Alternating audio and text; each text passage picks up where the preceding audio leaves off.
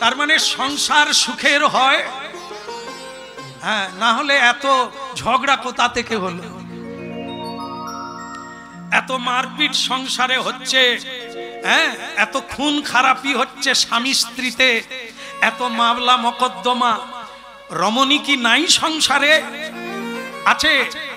আসলে পুরুষ কিংবা নারী যে গুণটা থাকলে দ্বন্দ্ব হয় না, প্রেম হয়, সেই গুণটাই অর্জন করতে পারে না নারী, সেই গুণটা অর্জন করতে পারে না নরাধম পুরুষ। সেটা কি?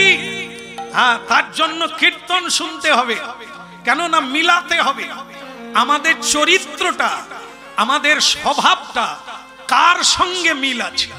কোন যোগী ঋষি, কোন মহাত্মা, কোন মহিয়সী নারী কার সঙ্গে মিল আছে? না কোন ডাকিনী যোগিনী, না ঝগড়াটে, না কুলোটা, না দ্বিচারিণী, কার সঙ্গে মিল আছে? এটা মিলাতে হবে, তবে তো পাবেন নিজেকে খুঁজে। সংসার সুখের হয় রমণীর গুণে। মা শারদা দেবী বলছেন আমাদের বর্ণ পরিচয়ে 3টে স আছে। আমি লেখাপড়া জানি না, আপনারা বলতে পারেন কি কি স? হ্যাঁ, ওই তো বলছেন দন্ত স, মধ্ন স, তালব স।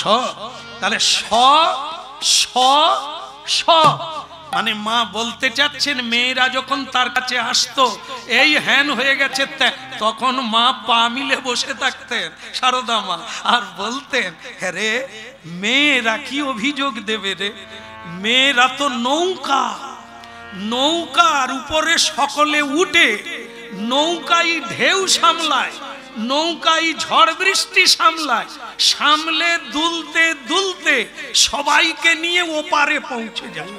তা তোরা মেয়েরা, মেয়েরা তো সহ্য কর, সহ্য কর, সহ্য কর। যেই সয়, হ্যাঁ আপনারা বলুন নাহলে বিপদ আছে, যেই সয় আর যে সয় না, আর বলার কিছু লাগে না কি? তাহলে যে বাড়িতে দ্বন্দ্ব হচ্ছে, খাওয়া দাওয়া বন্ধ, দুটো রুমে দুজন শুয়ে আছে, তার মানে ওই রুমে বোধ হয়, ওই ঘরে বোধ হয় পুরুষও মানে না, রো মানে না, 3টে স কেটে দিচ্ছে। কারণ এখন যারা বিয়ে করে, এখন তো আগের মতো আর পিড়িতে বসে দেখতে আসে না, এখন যে যার দেখে নেয়, যে যার ম্যানেজ করে, অনেক দিন আগের থেকে দেখে নেয়, পরে আর তাদেরই বিপদ বেশি হচ্ছে। আজকে বে, কালকে শেষ। আর যারা আগে স্বামীকেও দেখেনি, স্বামী বউকেও দেখেনি, বিয়ের দিনে বিয়ে হয়ে গেছে, তারা আজও টিকে আছে। তারা সাদা মাথায় সিঁদুর দিয়ে, আমি যদি ভুল বলি আপনারা দেখে নেন আশেপাশে যেগুলো আছে। হ্যাঁ, একটা মেয়ে গতকাল কীর্তনের শেষে প্রণাম করতে আসছে, প্রণাম করছে, কুমারী মেয়ে, বলে আপনি একটু আমার মাথায় হাত দেন। কেন, মাথায় কি হচ্ছে? বলে গোলমাল,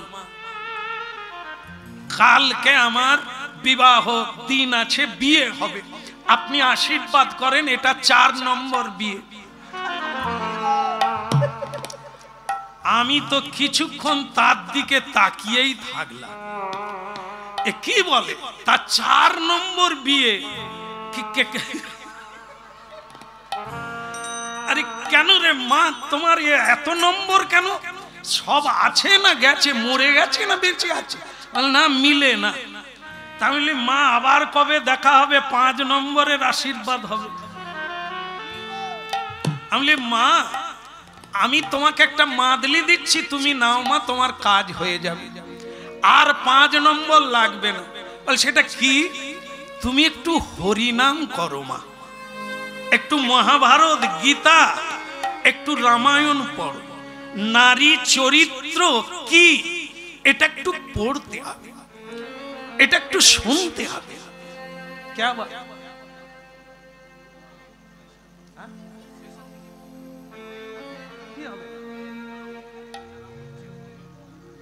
কি বলবো, উঠতে না বলবো? আচ্ছা আচ্ছা, ঠিক আছে। হ্যাঁ বলো রাধা রমন কি? তাহলে যে কথা হচ্ছিল ওটা কি? ওটা হচ্ছে, যাই হোক, দেখেন মা, আমার মা, আপনাদের চরণে প্রণাম। হরিনাম শুনুন। মহিষী আর মহাপুরুষদের সঙ্গে যদি না মিলে অচিরেই মিলাবার চেষ্টা করুন। এক নারী জগৎকে রক্ষা করতে পারে। আজকে সে কথাই বলব। এই জন্য রামচন্দ্র বলেছিলেন সীতাকে যে সীতা, সংসার সুখের ওই রমণীর গুণে, কিন্তু সেটা কোন গুণ?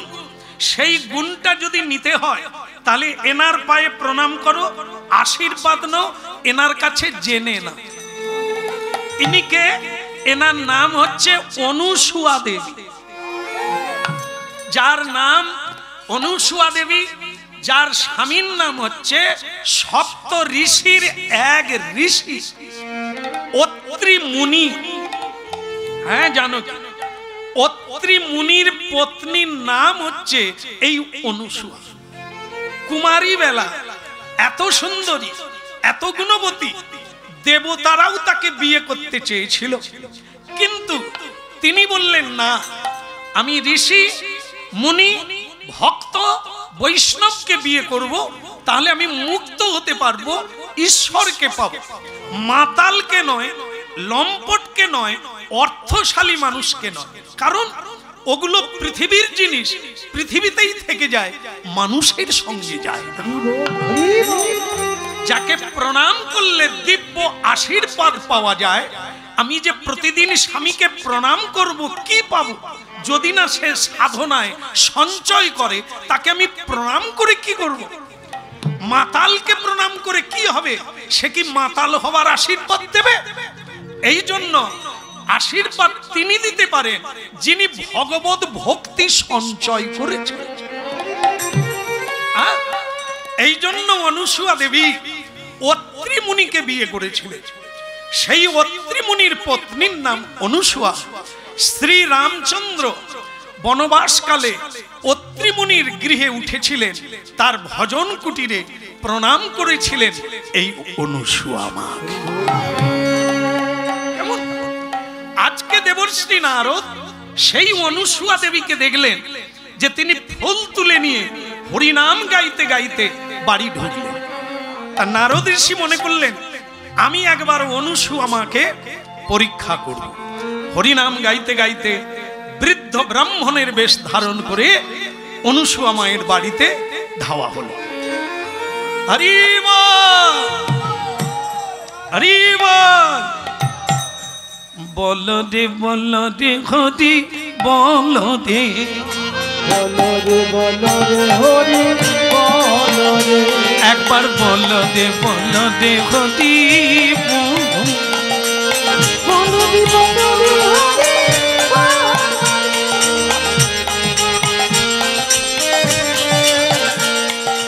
হরি বল দে, হরি বল দে, হরি বল দে, হরি বল দে, বল দে হরি বল দে,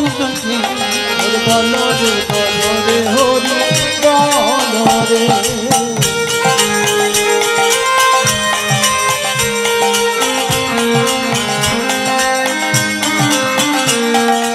হরি বল, হরি বল, হরি বল ভাই,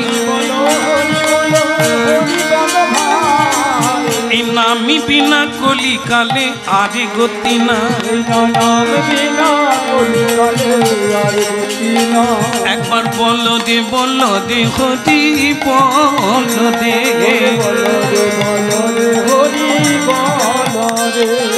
হরি বল দে, বল দে হরি বল দে,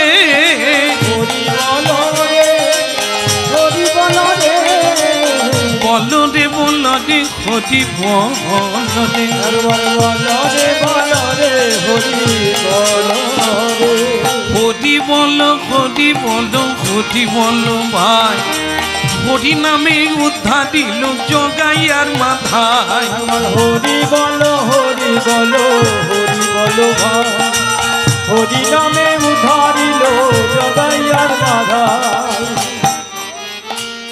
সকাল থেকে এই মেয়েরা, সংসারী জীবেরা কি করে এটা দেখে গিয়ে ভগবান বিষ্ণুকে বলতে হবে, মরে যাব।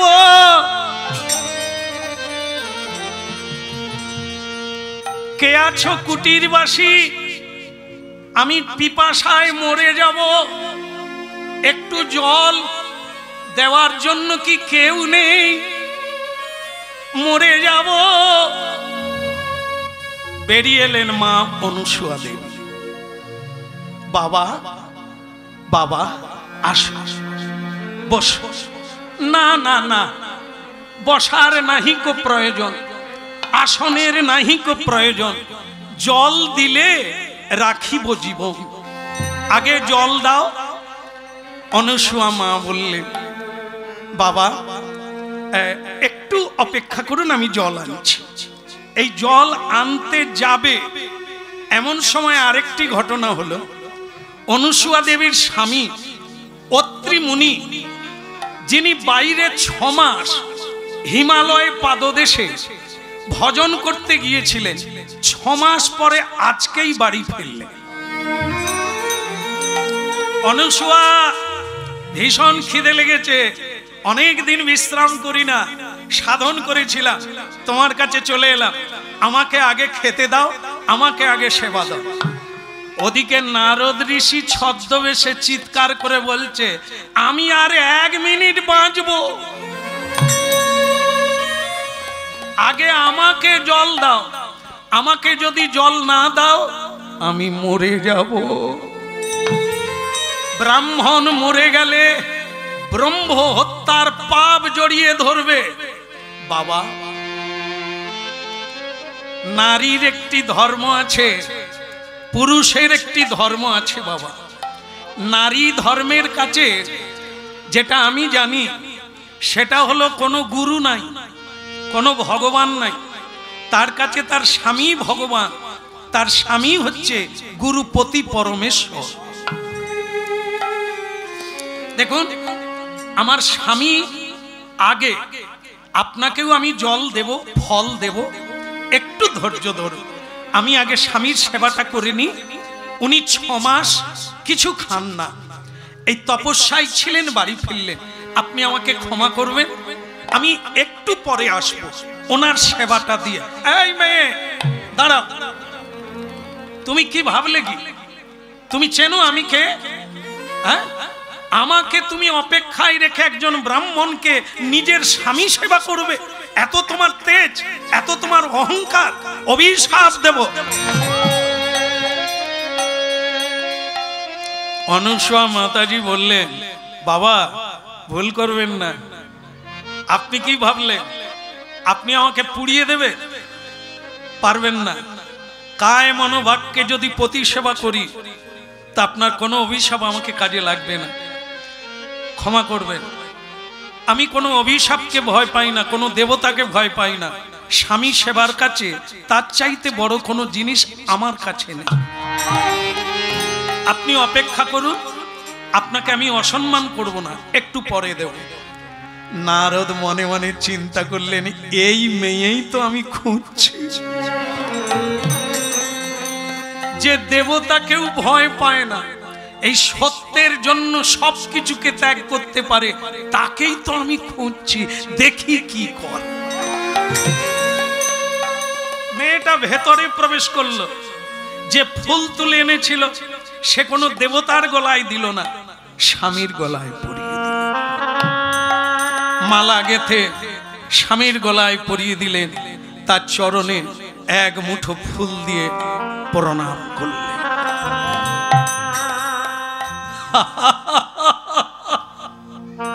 স্বামী, তুমি হাসছো? হাসবো না, তোমাকে তো আমি পরীক্ষা করছিলাম, দেখি তুমি কাকে আগে সেবা করো। ওদিকে ব্রাহ্মণ, এদিকে স্বামী, তা তোমার কাছে কে বড় এটা আমি দেখছিলাম। তুমি বিজয়ী, তুমি জয়ী হয়ে গেছো, আমার আশীর্বাদ থাকলো। এবার আমাকে আর না, তুমি ব্রাহ্মণের সেবা দাও, আমি সন্তুষ্ট তোমার প্রতি। হ্যাঁ, তোমার নারী ধর্মকে তুমি যে রক্ষা করেছো, এর জন্য তুমি ভগবানের আশীর্বাদ পাবে। যাও যাও যাও, আমাকে পরে সেবা করবে, তুমি আগে ব্রাহ্মণের সেবা করে এসো। হ্যাঁ, তিনি অপেক্ষায় আছেন, অতিথি। এবার কি করলেন? অনুসুয়া মা ফল, জল, দুগ্ধ সবকিছু নিয়ে বেরিয়ে এলেন। বাবা, বাবা, আপনার খুব খিদে লেগেছে তাই না? আসুন, ফল আর জল সেবা করুন। বলে, মা, আমার বড় কষ্ট রে মা, এত আদর করে কেউ আমাকে ডাকে না, এত ভালোবেসে কেউ আমাকে ডাকে না। বলে, বাবা, আমারও মনে প্রশ্ন, লোকে ছেলে মেয়েকে মানুষ করে, সংসারকে বড় করে তোলে, শেষের দিনে একটু সুখে কাটাবে। আপনার এই বৃদ্ধ বয়সে আপনি রাস্তায় রাস্তায় ভিক্ষা চাইছেন কেন? আপনার কি কেউ নেই? বলুন, কেউ নেই? নারদ তখন বললেন, মারে, এ জগৎকে চিনতে গেলে তোমাকে গাধা দেখতে হবে। বলে, গাধা? হ্যাঁ, গাধা কি করে? গাধা পিঠে করে বোঝা বয়। যখন সে বইতে পারে না তখন তাকে গৃহস্থ কি করে? গাধার মালিক তাকে জঙ্গলে ছেড়ে দেয়, তাকে বাঘ ভল্লুকে খেয়ে নেয়। এ সংসারে মানুষ যখন বৃদ্ধ হয়ে যায় তখন সংসারের বোঝা বেনে যায়। আমার আপন বলিতে কেউ নাই জগতে, মা, মা, আমার আপন বলিতে কেউ নাই জগতে, মা, মা। আপন বলিতে কেউ নাই জগতে,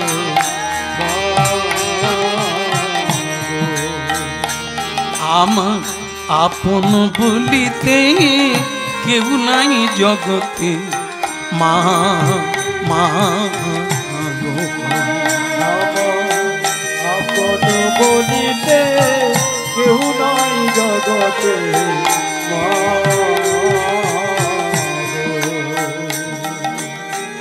বলে, আমার কপালে মন্দ, ভাগ্য দেবতা অন্ধ রে, ওই আমার কপালে সুখার সইল না আমার মা, মা গো। আমার আপন বলিতে কেউ নাই জগতে, মা, মা গো।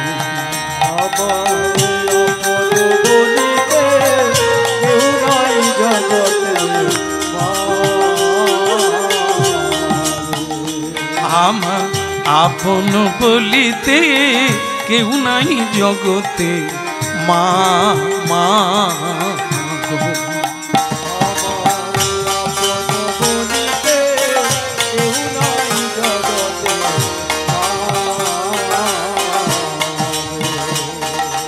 ওরে যারাই আমার আগে এলো তারা পড়ে রইল, কে বলে যারা পরে এলো আগে গেল, আমি রইলাম পড়ে আমার মা, মা গো। আমার আপন বলিতে কেউ নাই জগতে, মা, মা গো।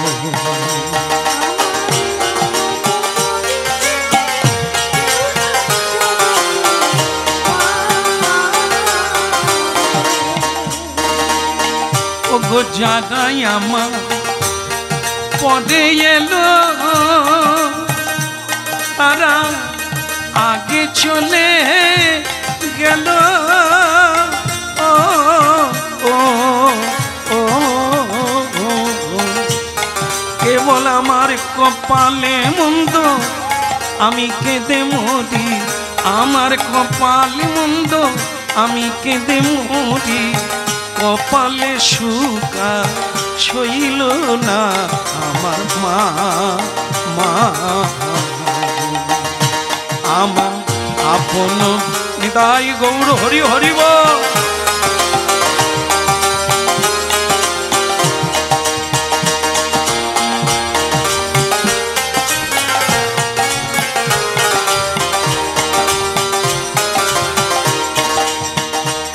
মা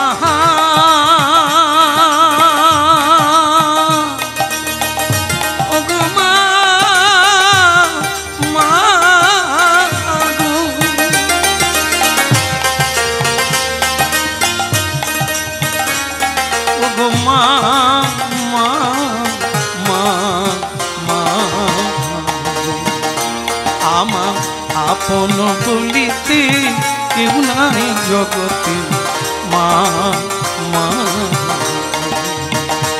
আমার আপন বলিতে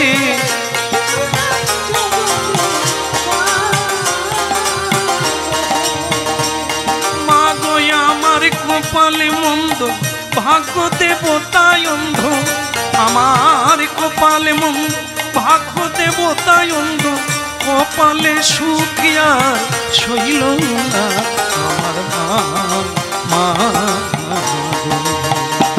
আমার আপন বলিতে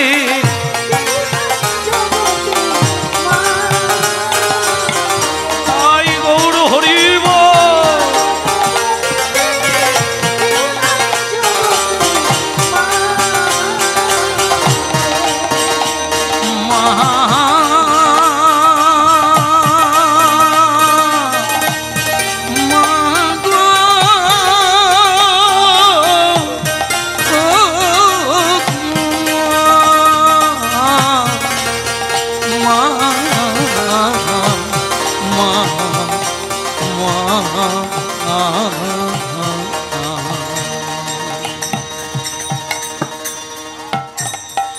চোখের জল মুছুন, চোখের জল মুছুন বাবা। কেউ নাই তা বলবেন না। আজ যখন আপনি আমার কাছে এসেই গেছেন, আপনি আর যাবেন না। আমি আপনার মেয়ে, আমি আপনার সেবা দেব। নারদজি বললেন, মারে সংসারে এইভাবে কেউ যদি মানুষকে ভালোবাসে তাহলে সে ভগবানকেই ভালোবাসে।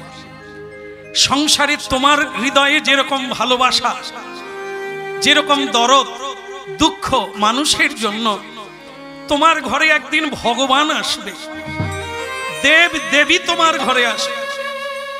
সেবাই হলো পরম ধর্ম। মানুষকে বাক্যের দ্বারা দুঃখ না দেওয়া, কষ্ট না দেওয়া, এই তো ধর্ম, মানব ধর্ম। তা মা, আমি আজকে সুস্থ হয়ে গেলাম তোমার সেবা পেয়ে। আমি যাই, আবার আমি ঠিক সময়ে আসব। দেবশ্রী নারদ দেখলেন আমি যাকে খুঁজছিলাম পেয়ে গেছি।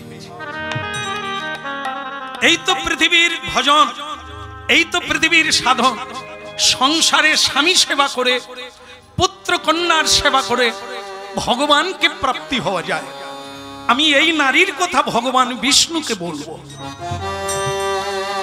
তা যারা আজকে মায়ের মন্দিরে হরিনাম শুনছেন মাতৃপুজো উপলক্ষে, তা আপনারা স্মরণে রাখবেন, দেব দেবী, তারা নক্ষত্র সূর্য চন্দ্র রূপে ভগবান, মানুষের বেশে ভগবান এসে আমাদের পরীক্ষা নিয়ে যাচ্ছেন। আমরা দানব না আমরা মানব, আমরা মানবী না আমরা দেবী, কার মধ্যে কোন গুণ অবস্থিত ভগবান পরীক্ষা করে ফল দান করে চলেই যাচ্ছে। আমি দেবশ্রী নারদ বললে আমি 3 লোককে জানাবো, ভগবান বিষ্ণুকে জানাবো, ব্রহ্মাজিকে জানাবো, এমনকি ভোলানাথকেও জানাবো যে মর্তধামে একজন মানবীকে দেখে এলাম, সকাল থেকে গোবিন্দ সেবা, তার স্বামী সেবা করে এক চরম শক্তির অধিকার। তাই ভগবান বিষ্ণু লোকে দেবশ্রী নারদ উপনীত হলো হরিনাম গাইতে গাইতে। ওই হরি বলবো যার মদন মোহন, হেরি হরি বলবো যার মদন মোহন, হেরি এই রূপেতে ব্রজের পথে চলিব গো, আমরা এই রূপেতে ব্রজের পথে চলিব গো। হরি বলবো যার মদন মোহন, হেরি বলবো যার মদন মোহন,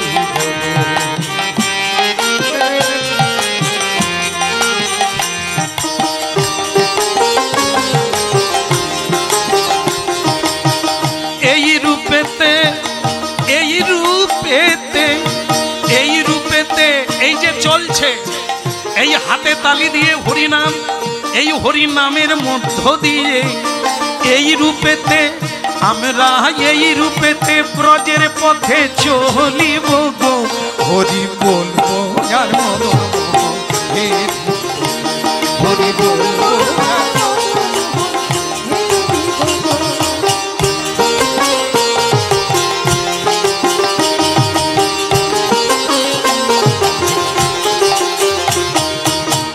যাইব ব্রজেন্দ্রপুর,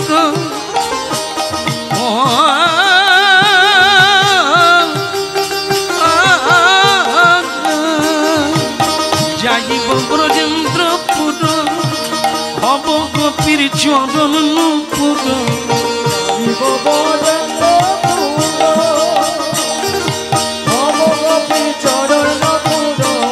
আবার রুন ঝন রুন ঝন বাজিব গো, আমি রুন ঝন, আমি নূপুর হয়ে রুন ঝন বাজিব গো, হরি বলবো যার মদন মোহন, হেরি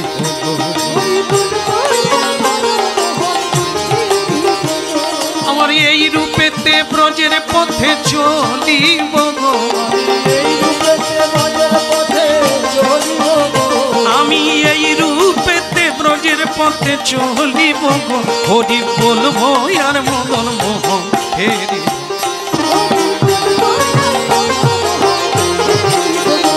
হরি বলবো মদন মোহন, হেরি